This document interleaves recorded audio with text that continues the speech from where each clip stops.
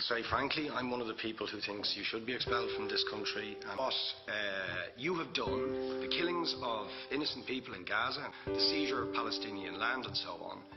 But the ordinary Palestinians rose up because you denied them basic rights. I lived there. It was apartheid. It was racism. It was endemic. It was rotten. Absolutely, I was shocked within weeks of living there to see how you treated Palestinian people.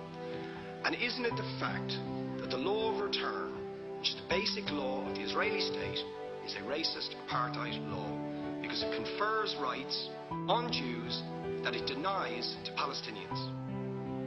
It allows, for example, if I was Jewish and had never stepped foot in Israel, I could claim citizenship there tomorrow.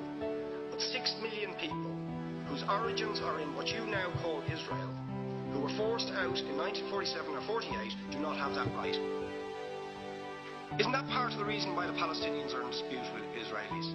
Because you deny them the right to return to their homes and to their land and to their villages, and that they have a legitimate claim, even under international law, to return, but you deny them that right. Why do you deny them that right? And why do you give that right to other people who have no connection whatsoever with the land, whether you call it Israel or whether you call it Palestine? Why do you continue to seize land? Why do you continue to seize land if you're serious about a two-state solution?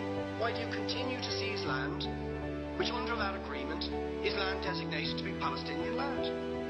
500,000 people, you allow that to happen. Why do you allow it to happen? If you're serious about giving this land to the Palestinians, you must.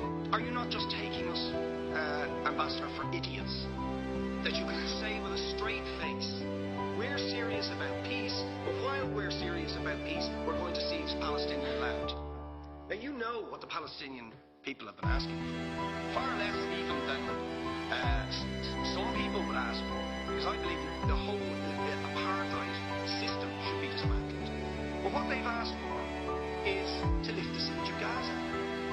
Just to lift the siege of Gaza. Let them not be dictated to by a government for whom they do not vote as to what can go in and out of their territories, whether they will have power, whether they will have clean water, whether they will have medicine.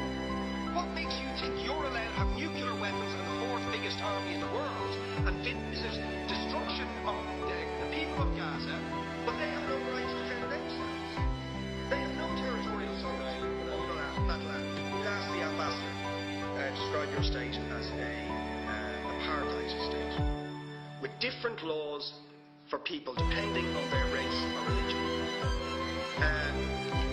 Now, isn't that just the case that, for example, at checkpoints going into the West Bank, there's a channel if you're Israeli or European, there's a channel if you're Arab. Just because you're Arab, if you came into Dáil Éireann and they stopped you and said, are you Jewish? Oh no, sir, you can't come in through the same entrance as Irish people or European people because you're Jewish. You would call